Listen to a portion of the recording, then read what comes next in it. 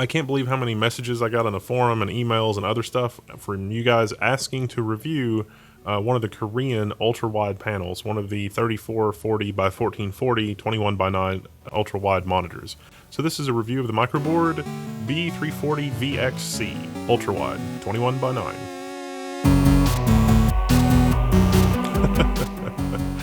Oh, you guys are not shy about letting us know what you want.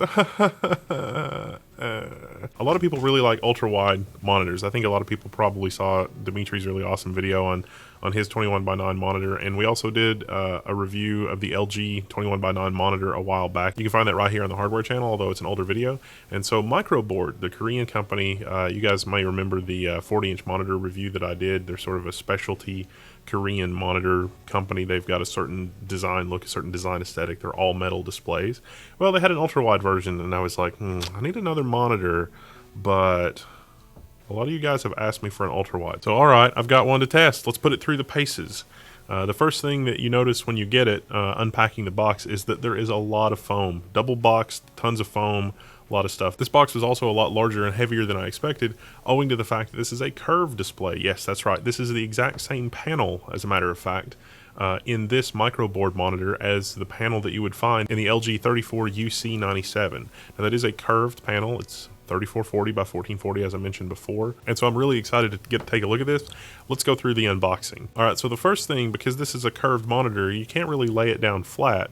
And to lay it on its back means that you're going to have a hard time sort of mounting the foot on it. So as we sort of unpack it here, I just sort of lay it face up on the table, and then I take out the foot. Now the foot is really heavy. It's a solid metal foot with a metal stand. Now it's not exactly height adjustable, the stand. There's just some different mounting options that will allow you to raise or lower the display at mounting time. So if you're a tall person and you want the display to sit kind of high, you can do that with the way that you mount it. Or if you're a shorter person and you like the display to be a little bit lower, there's a mounting option for that. Now, unlike the LG, this thing actually has VESA mounts. Who knew that somebody would want to put their very expensive monitor on a VESA mount? That was the thing that sort of blew my mind, is that LG sort of eschewing VESA mounts. Samsung too. Why? I need to use my monitor arms. Why? Now, also in the box, you've got this bag of accessories. In the bag of accessories, you've got a voltage adapter. This will adapt the Korean plug to whatever your local standard is. In my case, it's got this American adapter with it. I've also got this remote and some batteries to go with it, the power brick, and then, of course, the power cord itself.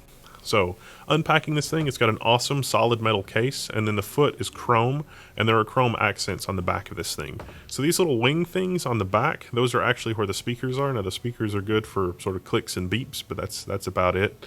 You could use it in a pinch if you didn't really have any other options. But if you're taking audio into the monitor, it does have optical out and analog out for audio if you want to run that.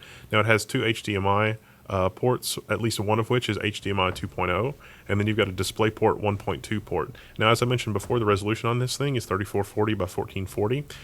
When you plug it in, the computer detects refresh rates up to 144 hertz at 1080p. However, I was not able to get the monitor to work reliably at anything past 75 hertz, and even 75 hertz was pretty iffy. I fiddled with it for over an hour, and I really didn't come up with a result that I was satisfied with as far as pushing it past 60 hertz. So I think if you get it, you probably should just count on using it at the native resolution at 60 hertz if you're into 21 by 9 screens. Now, like some of the other Korean monitors we've reviewed before, this panel actually has the same on-screen controller or on-screen display menu. And so even though it does come in Korean, it's pretty easy to change it to English. There are some other options in the menu that will affect the frame lag time. I was able to get this thing down to about 2 frames of lag, which means that it's running 16 to 32 milliseconds behind a CRT monitor, for example, so I was pretty satisfied with that. Overall, it was just a little disappointing I couldn't overclock the thing, but hey, otherwise pretty solid. Now, because this is an IPS display, a true IPS display, because it's the exact same panel as in the LG monitor, it does have a little bit of backlight bleed. Now, the really cool thing about this, even though this is sort of the metal design aesthetic, is that on the back of the monitor there are screws, and so if you have a monitor that has a particularly bad backlight bleed, you can adjust the screws by loosening first or tightening the screws at the back to adjust the backlight bleed. So as you can see here, we've got pretty severe backlight bleed in the top left and the bottom right, and by fiddling with the screws, I was able to completely eliminate the backlight bleed in the top left, and in the top right, I was able to make it a lot more. Now, if I spent a lot more time fiddling with this, I'm pretty sure that I could get all of the backlight bleed out of the lower right. But that's sort of what you get with the Korean monitors. You know, sometimes it's a little bit scratch and dent, sometimes it's a little bit, defective. This does not rise to the level of something that would warrant a return, and you should carefully check the policies on that to, make sure that you understand that even though, because it's a lot cheaper than the LG display, there may be some sort of scratch and dent items that you would run into like that. Now for this really doesn't bother me a whole lot at all. Overall, the panel's really good. The foot itself, there were a couple of defects in the chrome finish on the monitor foot. You can't really tell from far away, and you can't really tell unless you're looking for it. Overall, I really like the industrial design aesthetic, as I've told you guys before, from Microboard. I'm really excited by the design aesthetic that they have. I sort of hope a very large company comes in and says, yes, your designers know what you're doing. Let's mass produce these things so that they're a little bit easier to acquire, and so that we can get really advanced features like FreeSync and overclocking and that kind of thing. Overall, though, after having used this display for about a week, so far I'm very, very satisfied. Sometimes it takes it a little bit to wake up from sleep.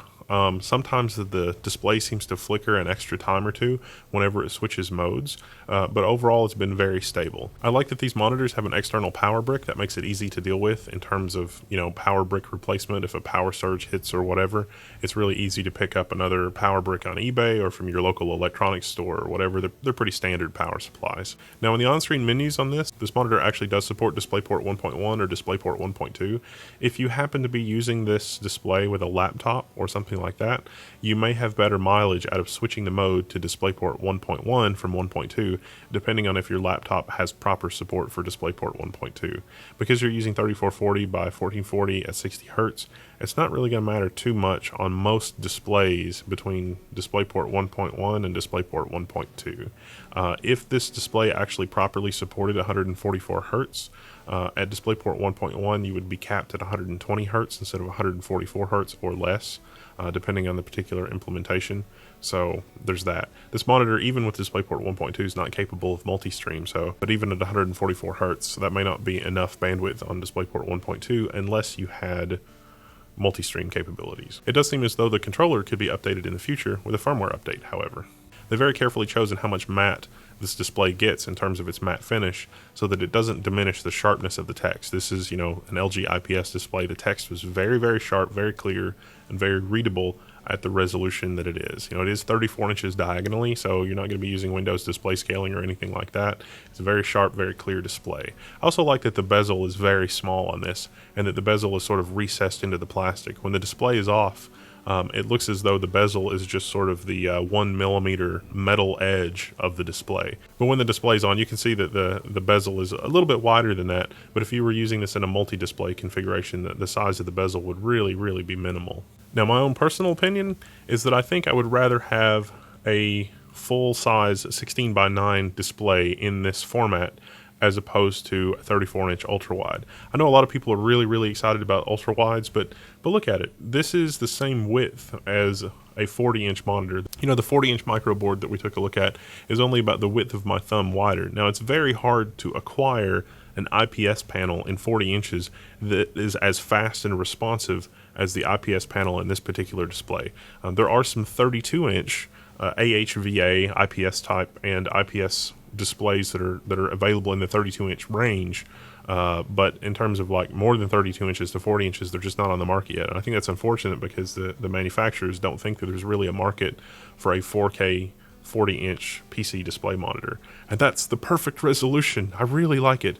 Maybe, I would say probably between 36 and 42 inches for 4K is sort of an ideal size. I really like that. So if you have room on your desk for an ultrawide, you definitely have room for a 40-inch 4K monitor as well. So keep that in mind. But, if ultrawides are your thing, and a lot of you have written in to tell me that it is, then this is a really solid monitor. Again, I really like the display aesthetic. Depending on where you are in the world and how much the LG monitor is versus how much this particular monitor is, you'll have to make the call as to whether or not the features that the LG monitor has versus the price of this monitor and the features that it offers, what makes sense for you in the cost-benefit equation. For me, personally, I think I'd rather have the 40-inch 4K monitor, but if you're into ultrawides, this is a really nice monitor. This is also my first experience using a curved monitor. I really sort of thought that the curve would kind of be a gimmick, but I actually kind of like it. The curved display, as long as I'm sitting sort of in the middle of it, especially with the IPS glow when you're in a dark room and working with an IPS display, you notice the glow a little bit more, maybe in movies that are really dark or when you're editing video or something like that. And I found myself, when I was using it as a primary monitor and I was sitting in the middle of the monitor, I actually really did like the curve. And I was kind of surprised because I've been sort of skeptical about the whole curve. I don't think I like the curve enough to make it a must-have feature on a future monitor, but I do actually really like it. I've also used this display with the Surface Book, and I'm happy to report that it actually works perfectly with the Surface Book, which is something of a small miracle with the Surface Book and the dock and the stuff that it's got going on there. I did use a beta Intel driver, the one from, I think it was 3/8/2016, in order to have a more full-featured experience, but that's just really a footnote. So if you've already got one of these, let us know what your thoughts are on it in the forums at techsyndicate.com. I'm sure the other people that are looking at and considering this monitor or considering this monitor for one of the other 4K monitors would really appreciate that. Me personally, I think I'm going to take a look at the Microboard monitor that has the same panel as another LG monitor, but it's going to be 32 inches, I think, in 4K. So that's going to be really exciting. I think I'm going to go do that next and sort of see how that goes side by side. Maybe we ought to do a Korean monitor roundup. What do you guys think about that? We've got the AMH monitors, and then we've got the Microboard monitors, and we've got the Ultrawide curved, and then the not Ultrawide, and then we also have the 32-inch monitor, which is pretty good. Then we also got the 128-inch monitor. Maybe we could do a roundup, and it's like, okay, these are all your different options. If you guys are interested in that, let us know. I'm Wendell, I'm signing out, and I'll see you in the forums.